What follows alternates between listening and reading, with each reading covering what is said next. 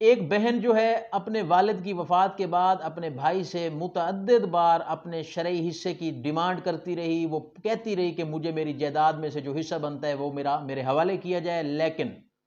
بھائی نے اس بہن کو ایک اقرار نامہ دکھایا اور اسے بتایا کہ اس کے والد نے جو ہے یہ ساری جائیداد اس کو گفٹ کر دی ہے، لہذا بہن جو ہے اب اس کا اس جائیداد سے کسی قسم کا کوئی تعلق واسطہ نہیں ہے۔ بہن نے کیس کیا اور بالآخر یہ جو کیس تھا یہ سپریم کورٹ پہنچا۔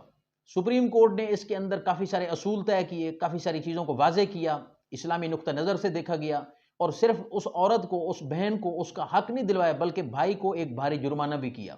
جو کہ 7 دن کے اندر جرمانہ ادا کرنے کا حکم کر دیا۔ آج اسی پہ ہم بات کریں گے کہ یہ فیصلہ کیا تھا، اس کا پس منظر کیا تھا، اس کے حقائق کیا تھے۔ میں ہوں مدثر حسن وینس، ایڈوکیٹ۔ میری آپ سے ریکویسٹ ہے، اگر ویڈیو آپ کے نالج میں اضافہ کرے، آپ کے لیے یوزفل ہو، اسے لائک اور دوسروں کے فائدے کے لیے شیئر ضرور کیجئے گا، چینل کو سبسکرائب ضرور کر دیجئے گا۔ اب ہوتا کچھ یوں ہے کہ 2002 کے اندر جو اس بہن بھائی کے درمیان معاملہ ہوا، ان کا جو والد صاحب تھے ان کی وفات ہوتی ہے۔ وفات کے بعد یہ بہن جو ہے یہ اپنے بھائی سے تقاضا کرتی ہے کہ میری جائیداد جو ہے اس میں جو میرا شرعی قانونی حصہ بنتا ہے وہ میرے حوالے کیا جائے۔ اب کیونکہ اس جائیداد پر اس بھائی کا قبضہ تھا، اس بھائی نے قبضہ کیا ہوا تھا اور اس کے تمام تر وہ جو اس سے ارننگ ہو رہی تھی، جو منافع تھا، وہ اسے استعمال کر رہا تھا۔ بھائی نے اپنی بہن کو یہ کہہ کر انکار کر دیا کہ یہ جو جائیداد تھی یہ والد صاحب نے مجھے گفٹ کر دی۔ ایک اقرار نامہ اس کے پاس تھا، اس نے وہ اقرار نامہ دکھا کے یہ بات کلیئر کر دی کہ یہ جائیداد مجھے میرے والد نے گفٹ کر دی ہے، اس میں تمہارا کوئی حصہ نہیں بنتا، نہ یہ شرعی طور پر کوئی حصے مقرر ہوئے ہیں، نہ کہیں تقسیم ہوئی ہے، کیونکہ یہ تو پہلے گفٹ ہو چکی ہے۔ اب اس بات پر اس بہن نے دل بڑا کرتے ہوئے عدالت سے رجوع کیا۔ بالآخر اس نے عدالت میں، سول کورٹ میں، ایک ٹرائل کورٹ میں کیس فائل کیا جس میں اس نے اپنا شرعی حق مانگا۔ اس نے سابقہ سالوں کے وہ جو ارننگ تھی، وہ جو منافع تھا، اس نے وہ پیسے بھی ڈیمانڈ کیے کہ وہ بھی مجھے دلوائے جائیں، وہ منافع بھی دلوایا جائے، اور ساتھ میں اس نے سٹے لیا۔ اب یہاں ٹرائل کورٹ کے اندر جو بھائی تھا اس نے اپنا موقف پیش کیا کہ یہ جو جائیداد ہے میرے والد صاحب نے مجھے گفٹ کر دی تھی، وہ اقرار نامہ پیش کیا گیا، لیکن اس کے اوپر نہ کوئی ٹھوس ثبوت پیش ہو سکے، نہ اقرار نامے کو ثابت کرنے کے لیے اس نے وہ جو گواہوں کے نام دیے وہ نہ گواہ پیش ہو سکے، اور نہ اقرار نامے کے اوپر اس گواہوں کے شناختی کارڈ نمبر درج تھے، مطلب کہ وہ اقرار نامہ عدالت کی نظر میں کوئی معتبر ثابت نہ ہو سکا۔ ٹرائل کورٹ نے اپنا فیصلہ سناتے ہوئے اس کا یہ موقف جو ہے مسترد کر دیا اور بہن کے حق میں جو ہے فیصلہ دیا، اور عدالت نے یہ واضح کیا کہ جتنے بھی اس میں سے جو جائیداد کے وارثان تھے شرعی طور پر جن کو محروم کیا گیا ہے، ان تمام کو حصے جو ہیں ان کے مقرر کر کے ان میں تقسیم کیا جائے۔ تمام وارثان کو اگر یہ حصے اب اس ٹائم جائیداد کی تقسیم مشکل ہو تو اس جائیداد کو فروخت کر کے ان کی جتنی بھی رقم ہو وہ تمام حصے داروں میں رقم کو بانٹ دیا جائے۔ اب یہاں پر یہ ہوتا ہے کہ ٹرائل کورٹ کا جو فیصلہ تھا وہ بھائی نے ڈسٹرکٹ کورٹ میں چیلنج کر دیا، اور بھائی کا موقف یہی تھا کہ یہ جو جائیداد تھی یہ والد نے فوت ہونے سے پہلے اسے جائیداد گفٹ کر دی، ہبہ کر دی، اور اس کے پاس ایک اقرار نامہ تھا۔ ڈسٹرکٹ کورٹ میں بھی اب یہ بھائی کے حق میں فیصلہ نہ ہو سکا۔ ڈسٹرکٹ کورٹ نے ٹرائل کورٹ کے فیصلے کو برقرار رکھا اور یہ حکم دیا کہ جو یہ وراثت ہے خواتین کو ان کے حقوق سے محروم نہیں کیا جا سکتا، لہذا تمام شرعی جو وارثان ہیں یہ جائیداد ان میں تقسیم کی جائے۔ اب ان ظاہری بات ہے دو عدالتوں، نچلی عدالتوں کے فیصلے چونکہ اس بھائی کے خلاف ہو چکے تھے، تو بھائی نے اب آ کے ہائی کورٹ سے رجوع کیا، اور یہاں پر ہائی کورٹ نے بھی خواتین کو ان کے حقوق وراثت سے محروم کرنے کے اوپر کوئی نیا فیصلہ نہیں دیا، بلکہ ٹرائل کورٹ اور ڈسٹرکٹ کورٹ کا فیصلہ جو ہے وہ برقرار رہا۔ ہائی کورٹ نے بھی یہ وعدے کیا کہ خواتین کو ان کے حقوق سے محروم نہیں کیا جا سکتا۔ اب یہاں پہ وہ بھائی صاحب جو تھے انہوں نے سپریم کورٹ کے کیس کی تیاری شروع کی، اور یہاں سپریم کورٹ کے اندر انہوں نے آ کے کیس جو ہے فائل کیا۔ سپریم کورٹ نے اس کیس کے اوپر بڑے اہم پوائنٹس دیے، بڑے اہم نقطہ اٹھایا کہ اس سپریم کورٹ نے کہا کہ یہ جو نیچے ٹرائل کورٹ کے اندر یہ اقرار نامہ پیش کیا گیا تھا، اس اقرار نامے کے ٹھوس ثبوت جو ہیں وہ پیش کرنا اسی کی ذمہ داری ہے جو اقرار نامہ پیش کرتا ہے۔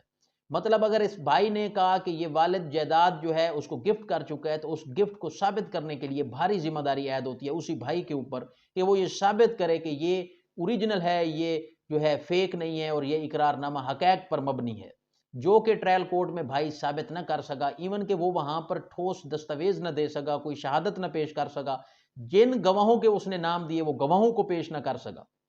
تو اس بنیاد پر جو ٹرائل کورٹ کا فیصلہ جو خواتین کے حق میں تھا، تو سپریم کورٹ نے واضح کیا وہ بالکل انصاف پر مبنی تھا اور بالکل حقائق پر مبنی تھا۔ اب یہاں پر عدالت نے واضح کیا کہ خواتین کو ان کے حقوق وراثتی سے جو ان کے حقوق ہیں ان سے ان کو محروم کرنا یہ جہالت کی نشانی ہے، یہ پرانے دور کی نشانی ہے، یہ اس کا دین اسلام سے کسی قسم کا کوئی تعلق نہیں۔ اور وہ معاشرہ جو اپنی عورتوں کے حقوق پر آنکھیں بند کر لیتا ہے اس کا دین اسلام سے کوئی تعلق نہیں، وہ اللہ کے احکامات کی نفی کرتا ہے۔ معزز عدالت نے یہاں فیڈرل شریعت کورٹ کا فیصلہ کا جو ہے حوالہ دیتے ہوئے کہا کہ یہ جو وراثت کا حق ہے یہ ہر مرد اور عورت کا خدائی حق ہے، اس کا ذکر جو ہے وہ اللہ تعالیٰ نے قرآن میں کیا ہے، لہذا اس کا جو ہے کسی صورت میں بھی انکار نہیں کیا جا سکتا۔ اور یہاں پر معزز عدالت نے حکومت کو، ریاست کو یہ ہدایت دی کہ وہ ایک ایسا متحرک نظام بنائے جس کے تحت خواتین کو ان کے وراثتی جائیداد کے جو حقوق ہوتے ہیں، ان کے جو شرعی معاملات ہوتے ہیں، ان کو دلوانے میں ان کو آسانی ہو اور ایک آسان نظام بنایا جائے تاکہ خواتین کو کسی قسم کا پریشانی کا سامنا نہ کرنا پڑے۔ اس میں عدالت نے واضح کیا کہ اگر خواتین کسی بھی وجہ سے اپنا حق مانگنے میں تاخیر کرتی ہیں یا اس کو کسی بھی کاغذات کو عدالت میں چیلنج کرنے میں ان سے تاخیر ہو جاتی ہے تو اس سے ان کا حق وراثت جو ہے اس سے ان کو محروم نہیں کیا جاتا۔